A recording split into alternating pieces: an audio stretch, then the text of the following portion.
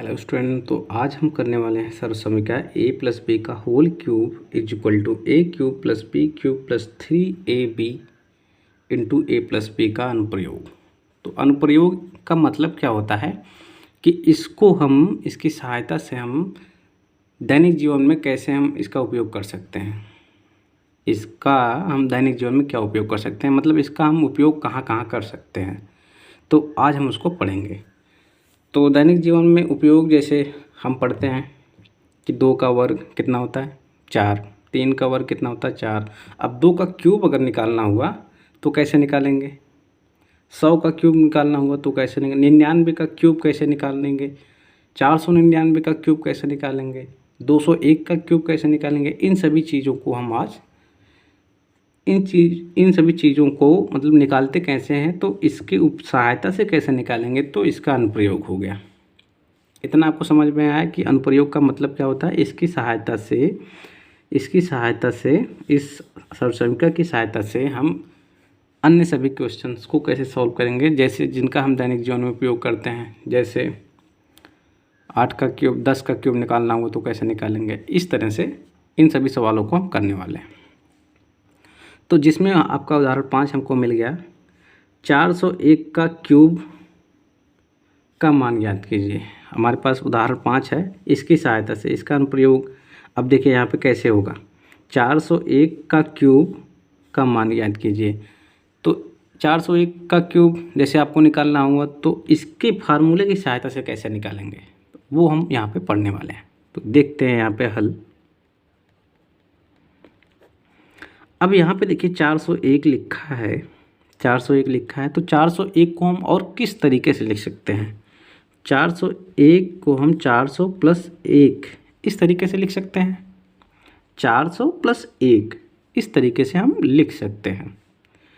अब अगर इसका क्यूब कर रहे हैं तो इसका भी क्यूब कर देते हैं, क्योंकि 401 ये भी है, 401 ये भी है।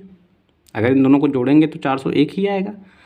अगर इसका क्यूब हम इसकी सहायता से निकाल लें तो इसका क्यूब भी निकल जाएगा आसानी से। तो हम इसका क्यूब निकाल लेते हैं। तो 400 प्लस 1 इसका क्यूब कर लेते हैं। अब यहाँ पे देखिए ए की जगह पे हमारा क्या है 400 और बी की जगह पे हमारा क्या है 1 है। ए की जगह पे हमारा 400, बी की जगह पे 1 है। तो ये हो जाएगा 400 का क्यूब यानी ए क्यूब, बी की जगह पे 1 है तो 1 का क्यूब, क्योंकि बी का क्यूब प्लस 3 हमारे फार्मूले में है, गुणे ए हमारा क्या है 400 गुणे 1 हमारा क्या है बी की जगह पे है, इसलिए हम यहाँ पे 1 लिखेंगे। फिर गुणे ए प्लस बी, तो 400 प्लस 1।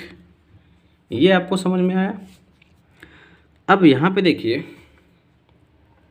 400 का क्यूब जब करेंगे, 400 का क्यूब कैसे करेंगे, यहाँ पे देखिए 400 का क्यूब, तो 400 का क्यूब जब करेंगे तो इसको हम किस तरीके से लिख सकते हैं, 400 गुणे 400 गुणे 400। इतना समझ में आया। तो यहाँ पे देखिए 2 शून्य इधर है, 2 शून्य इधर है, 2 शून्य इधर है, तो कितना शून्य हो गया 6। इसको एक साइड रखिए। फिर 4 का गुणा 4 में कितना हो जाएगा 16, 16 का गुणा 4 में कितना हो जाएगा 64। इतना समझ में आया। 64 कैसे आया, 4 का गुणा 4 में फिर 4 कितना आया 16, 16 का गुणा 4 में कितना 64।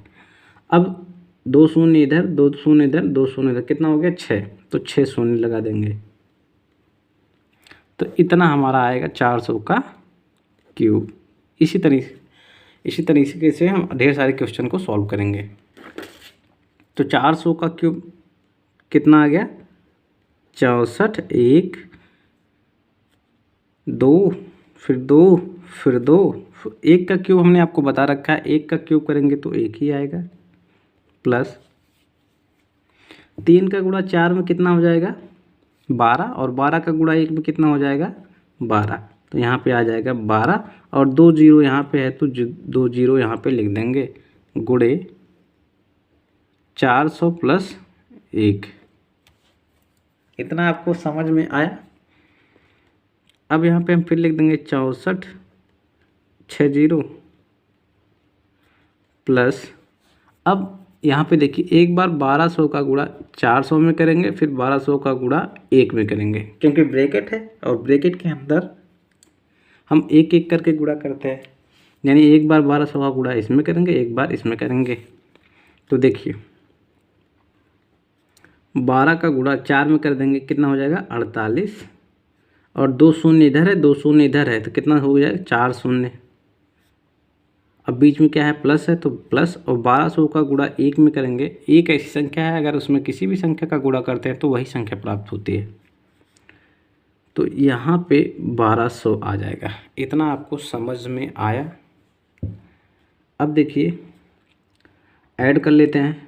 तो यहाँ पे देखिए 1 2 3 4 अंक है, 1 2 3 4, तो 48 1200 आ जाएगा यहाँ पे, और एक उसमें ऐड कर देंगे, कितना हो जाएगा 1201 48 1201, यानी इन सबको जोड़ देंगे।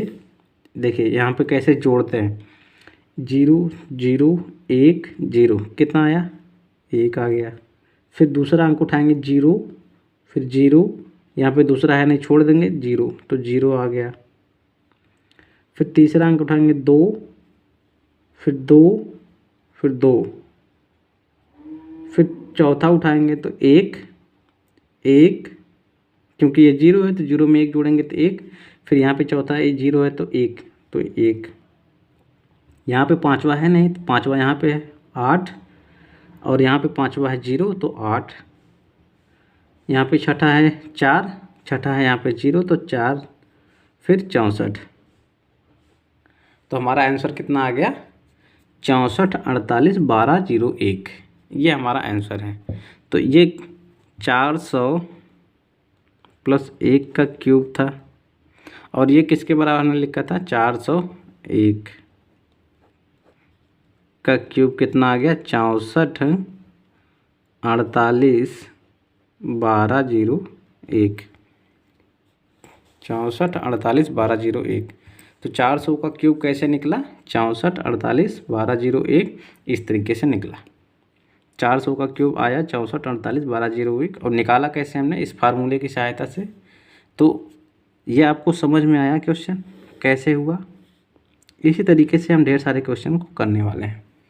अब मैं इसी पे बेस्ड आपको ढेर सारे क्वेश्चन देने वाला हूँ। जैसे आप निकालेंगे, ये आपके घर के लिए मैं दे रहा हूँ, आप निकालेंगे। पहला क्वेश्चन है, इसी पे बेस सेम ऐसे ही लगाना, आपको निकालना है 101,